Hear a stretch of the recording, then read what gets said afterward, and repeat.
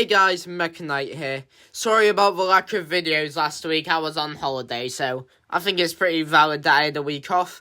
But I'm back with another gaming biology. The last one of these videos didn't do super well, but I'm really enjoying doing them, so we're back with another. Today the biology of Minecraft swamps. Starting off with the Bogged, one of the newest enemies in Minecraft. I'm pretty sure, I haven't really kept up with the updates. Copper Golem looks cool though. Anyway, this is a skeleton, obviously, that shoots poison arrows in the actual game. So I'm explaining what its biology is actually like, if you haven't seen the series before and don't know what I'm doing. Have you guys seen that one mushroom that takes over the minds of stuff like, I don't know, snails by infecting their eye stalks? This is kind of like that, but instead of the eye stalks, a fungal brain is placed in the dead skeleton. So this starts off as a skeleton of another mob. I'm assuming a zombie since it's closest in shape. The mushroom brain takes over and it starts controlling it because of muscle-like moss that grows on the outside. So obviously they're still very weak, but they're able to move thanks to the muscle-like moss. And instead of the bow being held, I made it so that the bow is infused into the arm. Obviously that kind of isn't how it is in the base game, but we're just having fun here with this series. And the actual arrows that it shoots, the poison ones, are like quills instead. That it grows from the moss on its body. You can see there's kind of two types of moss. The moss that's just growing on it, and the more bluish moss that shows where the muscles are. You can see it's got that on the arms and the legs. Glowing lichen for the eyes. And finally, it's just generally angry, because that's how it is in the base game. We're just having fun here. On to the mangrove trees. Don't worry, the last drawing in this video is a slime. I ain't kept out the most iconic one. A lot of you will probably be wondering why I didn't do the frogs instead of like a tree, because it's pretty weird to be doing the tree instead of like an animal, but they're just frogs. We've got them in real life. They probably work the exact same way. And besides, I actually think the mangrove trees, at least in my version, aren't actually trees. Instead, a mixture of plant and animal. And I'll explain to you how that works in a second. How mostly they are plants. Their leaves are regular photosynthesis, they get energy from the sun. This isn't like eating anything or stuff like that.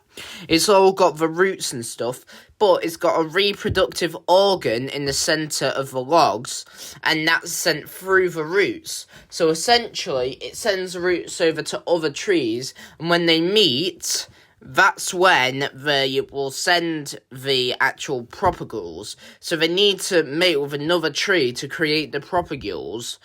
Now, this kind of is a bit odd because, instead of there being, two genders, we don't have, male and female trees, it's just, one gender. But trees look for, other good trees, with thick bark and stuff, Imagine if, every time you were looking for, a mate in the animal kingdom, it was based on how tough their skin is. That's basically kind of how this is. But they also release pheromones to attract other trees to them, kind of as a mating call almost. And they release that through another propagule. So there's two types of propagules that are slightly different. One that releases the pheromones, and the other that obviously is planted and hatches into a new tree. I guess not hatches, but you know what I mean. And the moss on it is kind of symbiotically living on it. That's kind of like an extra thing, not part of the plant. But anyway, here's the finished product of this one. Lastly, the slimes, aka the mangrove tree's pheromones. I know that sounds a bit weird, but hear me out. First of all, slimes, you can't see any organs in there, so I don't think they're actually organs. I think slimes are controlled by bacteria that control the motor functions. However, how do slimes jump around if they don't have, muscles or stuff? Well, I think the pheromones control the actual plants around them to push them upwards. And then when they split, that's just a bacteria splitting and controlling two at a time. Now, you may be wondering, how are the pheromones, solid? Most of the time they're a gas. Well, they're this liquidy solid because of, the hot, muggy atmosphere of the swamps. And also, the trees can just make them that way, I decided. Again, it's not entirely scientifically accurate, we're just having a bit of fun here. The eyes and mouth aren't actual eyes in the mouth, they're just tightly packed together pheromones. And so these slimes will defend the actual forest because they don't want the trees to be harmed. So they act as both kind of bodyguards and almost like they send the messages to other trees. Almost like Cupid angels or something like that, where they are kind of a mating call to other trees to show them where they are and like tell other. I'm having a hard time explaining it, but you know what I mean, where they're telling other trees where this one is. So they're almost like connoisseurs of one tree. It's really hard to explain, but I think it works pretty well. It's a pretty alien environment. Like, I could have just said, you know, it's a tree. Like, it's a slime monster and it's just liquid instead of solid.